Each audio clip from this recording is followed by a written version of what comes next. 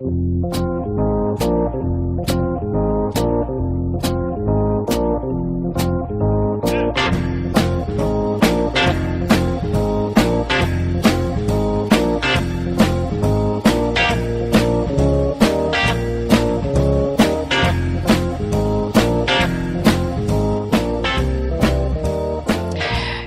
and welcome to the Connected Table Live on W4CY Radio, the weekly show that brings you influential tastemakers and dynamic leaders both front and center and behind the scenes in food, wine, spirits, and hospitality. We are your hosts, David Ransom and Melanie Young, your insatiably curious culinary couple.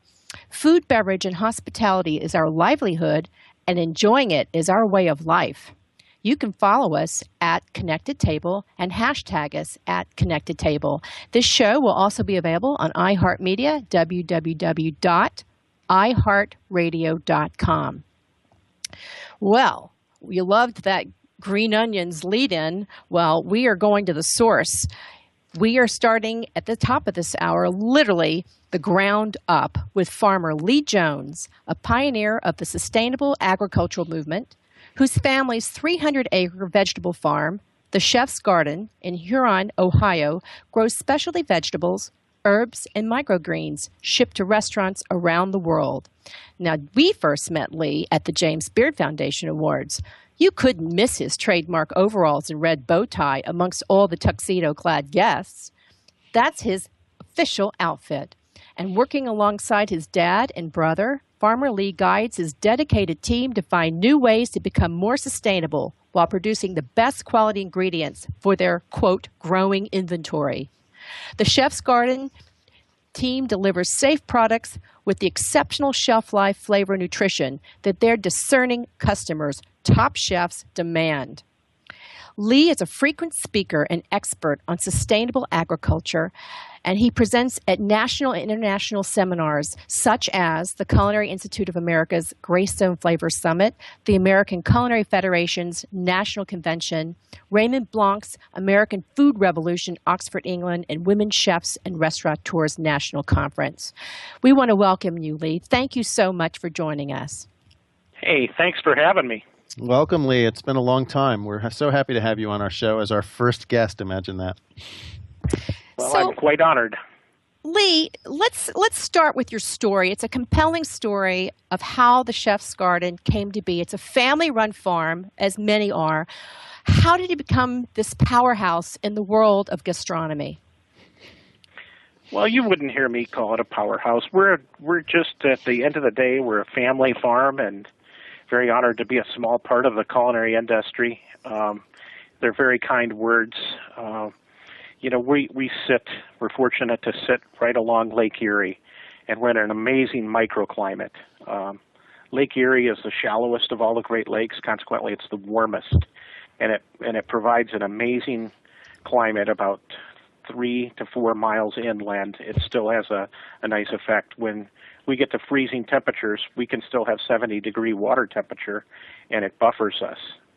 And in addition, we're on old lake bottom. About 11,000 years ago, this was actually the farm that we're on was part of the lake, and it's some of the richest sandy loam in the world. I'm sure it is. And that whole area, Lee, from Buffalo all the way down through Ohio is really just one of the most fertile farming regions, I think, in the country. My family actually is from Buffalo, and I spent a lot of time down south of Buffalo in that region when I was a kid at my family's little lake house on Lake Erie. So I know the area well. It's an incredibly fertile region, and wonderful that you're able to do such incredible things there as well. But you had a life-changing major situation that happened that really shaped how Chef's Garden refocused on the chef's world. What happened? Well, I think that, timing was a lot of it. My dad was in commercial vegetable production, farming commercially, chemically, high volume, low margins, and of course, I don't know if your listeners recall, but in the late 70s, early 80s, the interest rates actually hit 21% for a short period, 23%. Ooh. And my parents got wrapped up in that, and they had a very devastating hailstorm, and it completely and totally wiped out all the crops. Wow. And it literally broke their back. And there was, 25 years of really hard work. And they had had some successful years, but they had just poured everything back in, and it was too much for them to handle. And so, according to your website, some chefs started asking you about vegetables, correct? Yeah, I mean, so they lost the farm. It was a full-blown, foreclosure. The banks foreclosed on them. All your neighbors are there. All your competitors are there. Everybody that's there just to see the failure. It's a very humiliating experience, and I would wish it on no one, not even our most fierce competitors. Unfortunately, it's happened to a lot of people with the crash, and it's a very sad story, too often repeated. It really is, but I think it gave us an opportunity to rethink the way that we were farming, and obviously there was no money, no one willing to loan us any money. We managed to save 6 acres. And we started back over, and it was obviously low volume, and we had to target the top end of the market. And we were at farmers markets 30 years ago and met a woman who had trained in Europe under some of the best chefs in France, and came back looking for some of those great ingredients that she was experiencing there, and she just couldn't find them. She was looking for chemical-free. She was looking for varieties that were grown for flavor rather than the tons per acre. And they just didn't exist in America. It was all about producing fast, lots of tons per acre. In the United States, we produce food cheaper than any country in the world. Yeah, America had this conception of as high a yield as you can get is what's best, and that certainly just was never really true. But that's what made the farms work, I think, at that point. That's right. And, so here was this lady, back from France looking for these ingredients. And most farmers, if they were in a path and they were moving and everything was okay, none of us liked to change. And, perhaps if we wouldn't have had such devastation, we wouldn't have changed either. But she was so desperate for looking for these ingredients, and we were desperate for a way to survive in agriculture, that we latched onto her and said, okay, teach us more, and who else can you introduce us to? And I think you guys remember Jean-Louis Paladin. Oh, yes. Oh, sure, absolutely. He was one of our early mentors. He came into the Watergate Hotel in D.C. in the late 70s, early 80s, and he really encouraged us and mentored us and introduced us to folks like Danielle Ballou and Alain Ducasse and Jean-Georges von Richten and Eric Repair and then Charlie Trotter and Thomas Keller and the Ritz-Carltons and the Four Seasons, and we just have been blessed to be mentored by some really great chefs over the years. Well, you know what, I think that brings up an important point, that the community of chefs and the people they support are very tight, and they're very loyal. And what's been really great to help the Chef's Garden reinvent itself is cultivating. You go from cultivating crops to cultivating culinary tastemakers, right? Exactly. It's a huge industry, but yet it's a very, very, very tight circle. And if you do one for well, they're going to spread that. If you screw up for one, they're going to spread that. And it's just, we've worked very, very hard. We've taken it very seriously, and we've literally lived by their expertise, their guidance, and their experience. And they took us under their wing, and they've supported us. And it's just, that it's been a great symbiotic relationship with chef and farmer working together. I'm sure it has, and I'm sure there's been so much that's come back from them to you, just in the fact that probably a lot of what you did before you made the change, forced upon you, of course, was that you weren't growing vegetables like this or this type of vegetable, and you weren't growing small amounts of crops. You were growing large amounts of crops, but a lot of the crops that you grow now weren't really even in your wheelhouse back then. So you really kind of had to learn a new way to farm and create those types of vegetables for your clients. That's exactly right. I mean, the university would give you a textbook, and they would show you a picture of a healthy cabbage, and on the next page, show you a picture of a diseased cabbage. Right. And if it has this disease, here's the chemical you use to get rid of it. Right, exactly. One of the things that I think is so impressive about the Chef's Garden is its efforts to educate, and it is a symbiotic relationship with the chefs. Talk to us about the Culinary Vegetable Institute and its programs. Well, the Culinary Vegetable Institute was a big vision. Really, my father envisioned it. We had been bringing chefs in and putting them up either in our homes or in a bed and breakfast or a local hotel, and getting out in the fields and learning from each other. And, the family decided to build a facility called the Culinary Vegetable Institute where chefs could come, and it's really like a giant playground for chefs. There's a kitchen in it that is really exceptional, and we put together an advisory board of chefs that had been mentors, and they lent their name to it, and some amazing companies that produce great equipment loaned or gave us equipment, and they can come in, they can go out into the fields, harvest ingredients that they haven't been working with or weren't familiar with, and bring them back in this test kitchen and play. And then there's a dining facility for 120, and so we do earth to table dinners once a month, but also if the chefs are playing with a new recipe or a new menu and they want to bring some folks in to try it out, they can do that. It's just a nice place for chefs to come and do R&D and R&R. Well, it's so interesting because, so many chefs, when they go through the education system, whether it's the Culinary Institute of America or FCI or any of the other really great schools that train our chefs in this country at this point, they learn about their fruit and their vegetables and their meats and all their ingredients in a classroom. And it's so nice to be able to have a place like the Chef's Garden where they can, and the Culinary Vegetable Institute, where they can go out actually into the field and really learn in depth where it comes from. And I'm sure it gives them even a better appreciation then of how to use it. Well, and I would add, too, the chefs can bring their culinary teams with them, and there's actually accommodations right on site where they can bring the entire team. We just had a group here from Chicago this week from the Sofitel, and they brought kitchen staff, but they also brought front of house.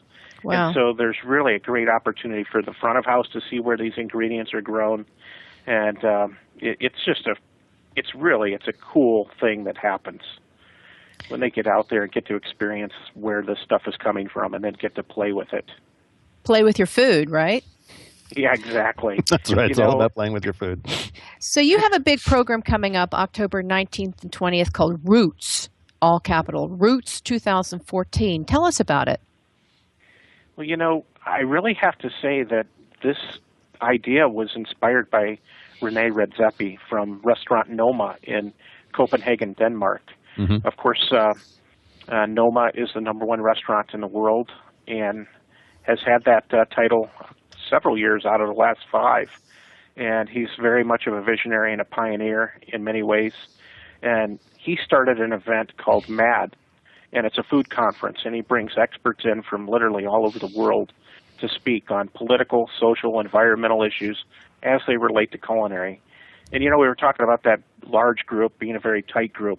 I've never seen a more generous and willing group of people to get things done. A lot of groups talk about getting things done, and the culinary world rolls up their sleeves and does them. Mm-hmm. And I got to go over this year, and I was just blown away. But we felt like some of those topics and issues were really relevant and timely, but that they were not happening here as they should. And so last year we started Roots 2013 and had great success with it and rolled right into 2014. And we're really excited about the lineup this year and the topics that we're going to discuss. No, I was reading, Jose Andres is the headliner, correct? He is. And, Jose has been friends for many years, and we've had the privilege of supplying his restaurants all over. And, he's been wanting to come, and finally the moon and the stars have aligned, and it worked out. And he's excited about the conference, too, and we're really enthused to have him here as well as our whole list.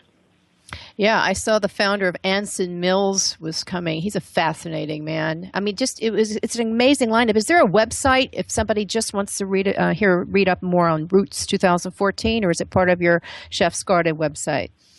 You can definitely go to Chef's Garden website and pull it up. And this is thechefsgarden.com, correct? That's correct. Mm-hmm. And what other programs are you working on? Well, following back up to this, we're excited. Ted Allen has been a friend for years and has never been able to make it. He's going to be coming out to MC the whole event. And there are still a few spots available for this. If somebody really is interested, we'd love to have them come out for it.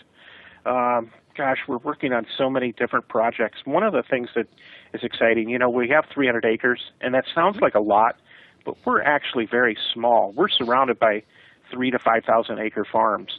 Sure. And this year, only 1/3 of the acreage will actually be in saleable items. The rest is all in cover crops. What do you mean by a cover crop, just so listeners understand that? Well, we believe that there's a natural process to rebuilding nutrients. We'll actually test the soil. Just like if you were to go and get blood work drawn and find that you're low or high in iron or calcium, we do the same thing on the soil and find out what the deficiencies are.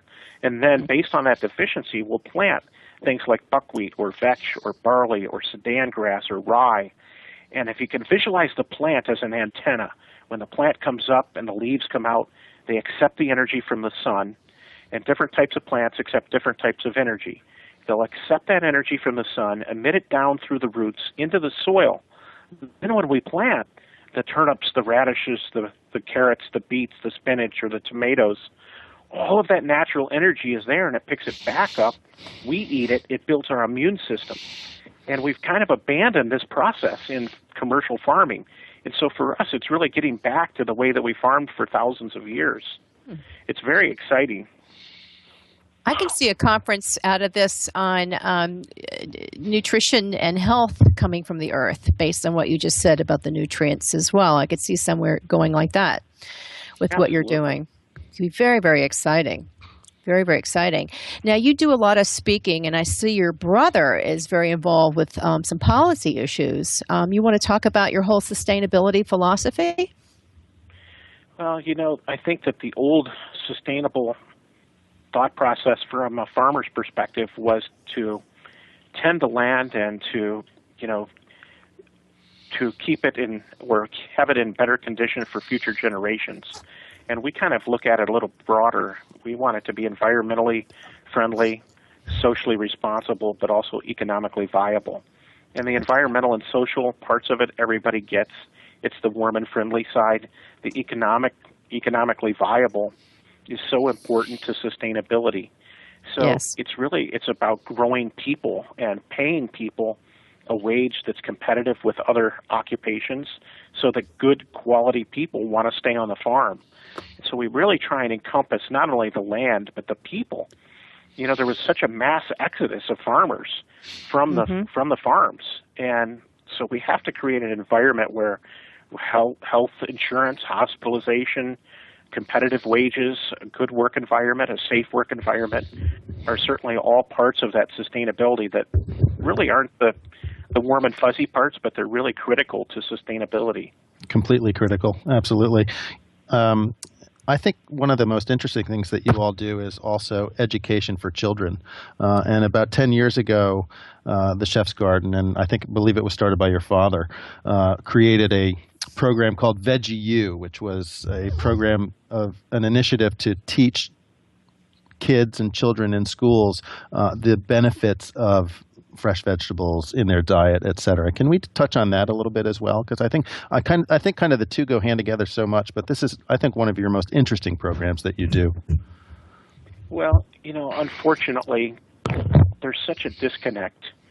When the large chain grocery stores came into play, it pushed the small family grocery stores out, as well as pushed a lot of small farms out. And so, eventually this disconnect happened so that we've had youngsters on the farm that have actually argued with us that a carrot came out of a plastic bag or out from a grocery store rather than from the ground. Oh, dear. And so, Oh, my. it's really scary. And I know you guys have heard about it too, but you can find in inner cities where for 5 square miles you might not be able to find anything as fresh as a fresh apple or a carrot.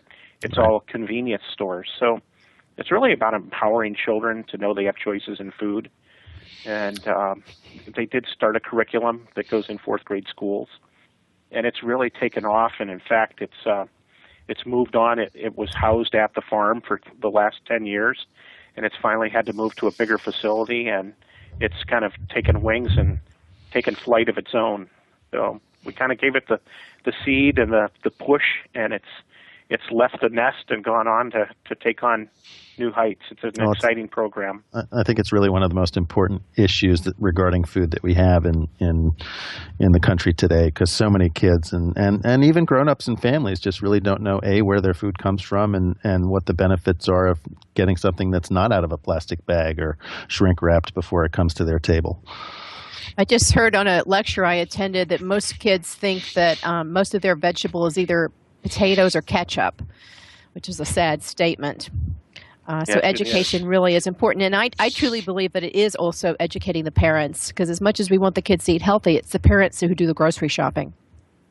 Well, that's right, and it's second generation deep. I would encourage every listener to, especially if you've got children, to start a garden, even if it's small, even if it's a couple potted plants. Have some form of a garden so that youngsters can be empowered to know where these vegetables come from. Absolutely. So if I were to start a garden, what would be the easiest thing to start with?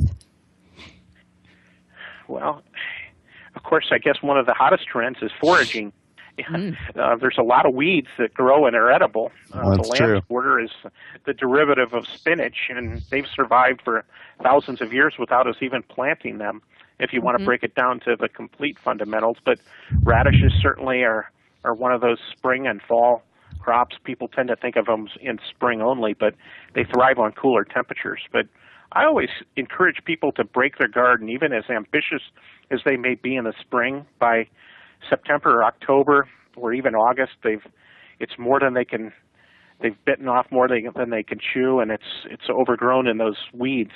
But I encourage people to break it into thirds and start 1/3 of it in a cover crop right off the bat in the spring, and put it in a rye or a buckwheat, and allow it to capture that energy, and then put the spring crops in the second third of it, and then your longer season in the other third. And then after about 6 weeks, you've got that first third that can be mowed down and tilled in, and then you can go with the fall crops, and you just start leapfrogging. And you've always got a third of your acreage, and I know it's not acreage, but even if it's only a small plot, break it down into 1/3, and always have 1/3 of it in a cover crop. So you're always giving back to the soil. If you can imagine never taking a vacation or a day off, we're asking the land to work so hard without replenishing it. And this is a natural way to rebuild that soil. Healthy soils equal healthy vegetables equal healthy people. Oh, that's such a great statement. It should be your tagline. It really, really should. So I just want to note that if people want more information, they can go to thechefsgarden.com and follow you at Farmer Lee Jones and That's at correct. The Chef's Garden, correct? Yes, on Facebook, absolutely. Terrific. Any final, we're just about to wind down. Is there any other final comment you want to add?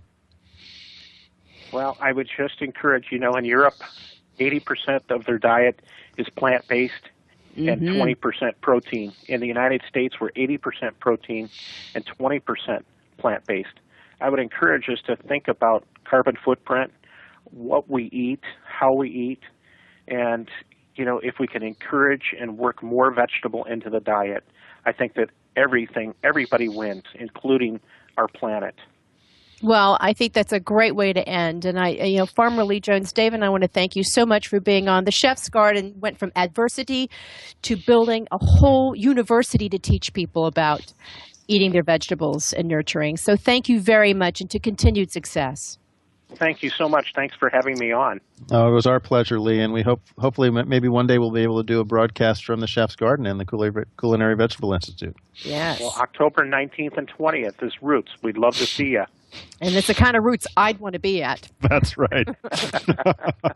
Anyway, Lee, it's such a pleasure to have you on the show, and we look forward to doing it again sometime in the near future. Thank you so much. Thank you.